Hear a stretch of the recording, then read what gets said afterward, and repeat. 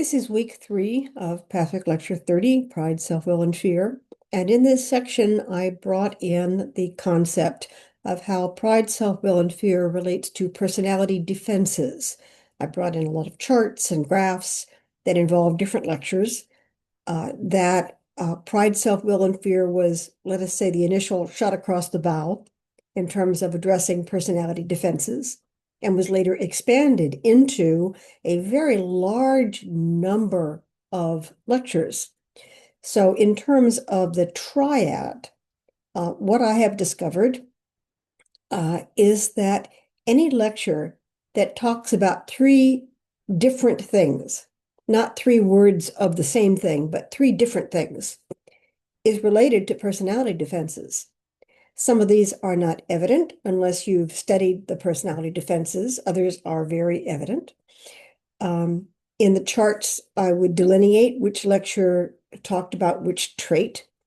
But for the sake of being precise, which is what I'd like to do, I went through a few days ago and I selected out the lecture titles that were triads. And then I went back and picked out the lectures that had will in the title. I'm not even talking about what the guide discussed, just talking about what made the title, where will was in the title, or pride or fear. Turns out that pride is only listed in the title of this lecture, Pathfic Lecture 30. But will is mentioned a lot and fear is mentioned many, many times. But the total number of lectures that I would consider as part of the curriculum of really learning reason, will, and emotion personality defenses and types was 34 lectures. So it's a very large number of lectures revolving around one seemingly specific concept. So, first of all, we're all three. There is no type. And the three go back and forth. I think of this, or I like to think of this, as a stool with three legs. So in a stool with three legs, you may be able to balance on one, but that's not very stable and it has limitations. You can put two on the ground and lean back a little bit so that you're relying on two, but that's also not as stable or reliable. Or you can have three legs that basically can be used at one time, even if the seat isn't level. It can be rickety, it can rock back and forth. That these defenses have different qualities, and we have more agility, more ability, more interest in one quality than others, or maybe two rather than three, but they all exist. And there's an invisible place that is the perfect spot for us that in the stool analogy, you may not be able to find or hold, but spiritually, that exists. So in other words, there's a perfect place that, let me take that back. There's a unique place in the balancing of those three qualities that represents your unique quality, your unique divine spark. But you need all three to function, especially on the planet Earth. So they don't exist without each other. And that's what the guide teaches in this lecture. It is useful to be able to identify them individually because some are very strong at some points of our life versus others. The guide says many times in the lectures that fear is the greatest addiction on the planet. There's a reason for that. Pardon the joke about reason. But the reason for that is because this is a sphere of duality. It is a belief in duality or an attraction to duality existing that formulates the underlying attraction for all of us to be here. We're all working on some aspect of a dualistic belief system. And that translates into life or death. Death is always feared, and that's why fear would be more prevalent on the planet than the other two. Pride comes from holding on to the life pole position. I'm safe because I'm holding on to life, and look at me, I found it, and I'm holding on to it, and I'm doing a good job. Fear would be the fear of death. And self-will would be the scurrying around or the shoring up of or the wanting three posts to hold on to instead of one to assure that we never face death. So duality is underlying that fear of death. Then comes the fear of death. And then comes how we manage to soften the fear, assuage the fear, uh, uh, manage the fear. If you look at Maslow's hierarchy of needs, little triangle diagram that is commonly known in psychology. It's a triangle and it basically is divided into 5 parts. Nowadays, it's divided into 5. And what Maslow suggested is that the base of the triangle is the physical, that the physical needs need to be satisfied. Then there come emotional needs, then mental needs, then the needs of the ego, personality, will. And recently the spirit has been added to that. Death can be feared on all levels.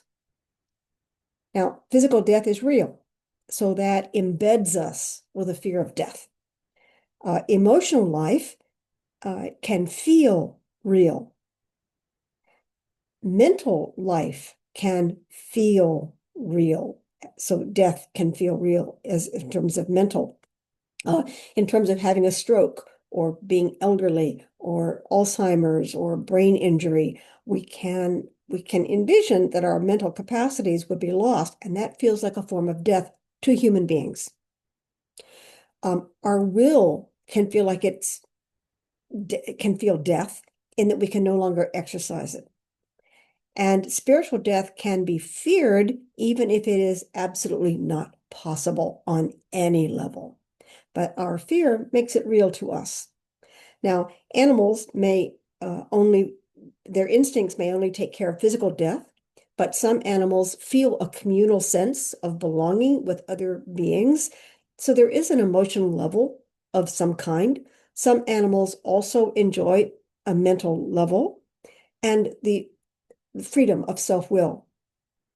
But humans are particularly adept at all these levels. And so we are creative about imagining death on all these levels. So what we see as instinct, the preservation instinct, begins to apply beyond its original need. It applies to things that really can't die. And it's culminated by a belief in spiritual death. Now, spiritual death was, the belief was encouraged during the development of human psychology, sociology, civilization, as a means of control. If you don't believe what we believe, then you'll be consigned to hell. You'll be buried forever. Your soul will not be recognized by God. There was a way where we threatened people with spiritual death to try to control their activities during life. And so we took this innate fear of yes-no duality and used it for power purposes to control people. So there's a remnant of that in society. There's a remnant of that in us. So they're all there: pride, self-will, fear. They're all related to death. They're all related to self-will. There's no taking this out. And yet, individually, our focus may be on a particular aspect. And that's important either for the entire lifetime that we're spending here, or for a decade, or for the next few months. So reason, will, and emotion, that's why I found it an incredible tool. What is it? How does it serve us? One of my teachers wrote a little chart that says they are clues to personal misconceptions, that one is better than the other. Personal structure, how I'm formulated so that this is my tendency. And also to the transformational process. An alignment with one particular aspect could be the key to how you're going to be able to transform. It's not a mistake to be unbalanced. There's a spiritual balance that means you'll be over here for a while, and then later you'll go over here, and ultimately you'll be balanced but not uniformly balanced. We are all a little bit off kilter because we are all unique. But what the study of reason, will, and emotion has meant for me personally, it has allowed me to see where people fear things that I don't fear. So they behave in a way that I find difficult to anticipate unless I put myself in their shoes, unless I see things from their perspective, unless I have tools by which I can imagine their perspective. I may disagree with it, but I can at least imagine it and see why they're dedicated to that. For instance, again, using some of the different terminologies with self-will, some people need to feel important. They need to feel heard. And their insecurity about that means they're going to demand more, a bigger slice of the pie, a bigger place in the discussion. I've been guilty of that. A bigger voice than is strictly necessary. It's their insecurity that's driving them. It's the fear of death, that they don't have a voice, that drives them to exercise the voice they can verbalize. But sometimes the voice we can verbalize takes up all the oxygen, and we don't go back and see if that is ready to transform or transcend to a new level. In other words, the skills I have, I'm going to hold on to. That's a self-will thing. Rather than I'm holding on to them, they create safety. Now let's relax and see what else is possible to go back and recycle and see if there's another level of growth possible. For the self-will and the ego, it's all or nothing. If I let go, it's over. In terms of pride, that's a matter of what have I manifested and how I can hold on to that manifestation, even if it's illusory. Illusion works. What people think of me works. It results in real life consequences, so I have to hold that. They aren't willing to give up their position or their illusion of their position because that feels like death. So I need to be able to understand that that is a critical thing for them, and that I need to approach that slowly, because if I try to take away their illusion, they will see that as my trying to kill them on some level, and that's going to bring in even more defenses. So there's the self-will of needing to be seen and heard. There's the reason aspect of wanting to have pride in one's capacities, to preserve a certain order, to understand, to delineate. On the emotion side, the proof of love is connection. So they need to feel connected, and they need evidence of connection to bolster their fear of not having connection, of being disconnected. So once I began to understand these needs, and their interpretation and how they manifest, it was easier for me to see why people can talk about the same thing and disagree so vehemently and so violently. And yet there's a core there that would work for all of them. I think that's what diplomacy may be about, without bringing in the spiritual. This week, what was brought up in discussions included the Winter Olympics. And one of the people who won a gold medal was noteworthy by the commentators, a lot of them, for having joy, for no longer being worried about being competitive, no longer worried about winning. She'd returned from an absence, and she was skating for joy. She was skating as an exhibition of who she was. And it was pretty apparent to everybody who watched her, and she got a gold medal, because people respond to that. They saw it. They saw the purity of her energy, and it allowed her to transcend the control mechanism of her physical sport. And it was fluid and wonderful and inspiring. Now, when you compare that to a technical performance, one might be able to say there was a technical this and that was superior. And yet people's heart went out to the fluidity, to being able to transcend the technical. But if you're stuck on the technical level, one can argue, but my technical was better than that. Um, and it is difficult to say what gold medals are supposed to represent. And that's the real world.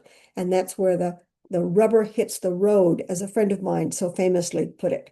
That's where these concepts result in disagreements and unhappiness because we don't understand why one is valued more than the other, and we have an argument against one versus the other. And that's what the study of reason, will, and emotion helped me understand. Guide talks about vicious circles and how they're fueled by fear of loss, taken over by self-will. Self-will grabs anything it can, including pride, so it just continues to cycle.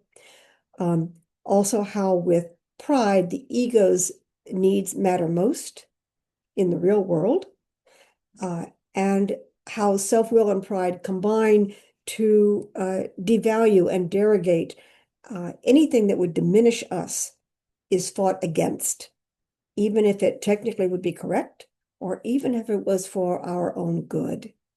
So the ego has a limited perspective.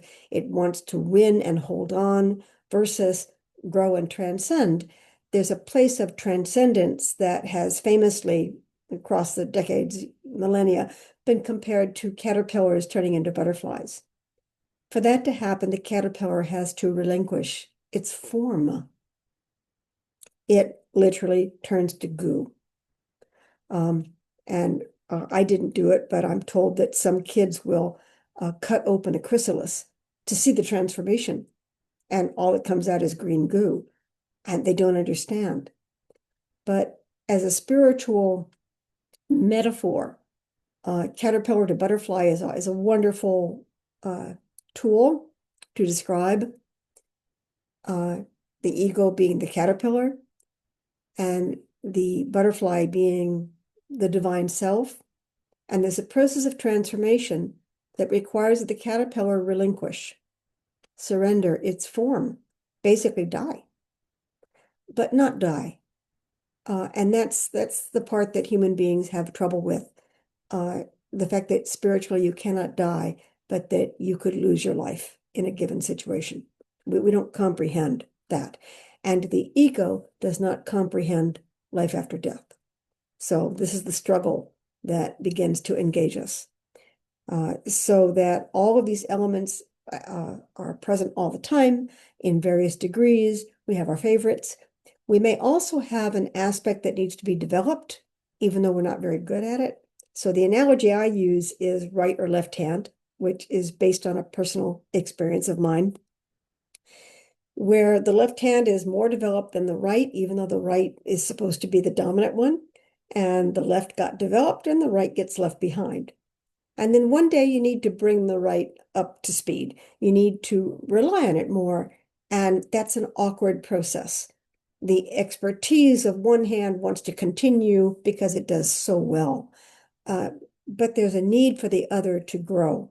And so in my kid analogy, sometimes we get born with one hand tied behind our back so that we will have no choice but to develop the part of us that needs developing because we're not mature enough to do it on our own. Or the ego needs that encouragement. The spirit knows we have to develop, but the ego would naturally use the stronger tool. So you take the stronger tool away and the ego will grapple with reality. So it's about how all these things are interrelated, interlocked triads of personality defenses, week 3 of Pathwork Lecture 30. Thanks for listening.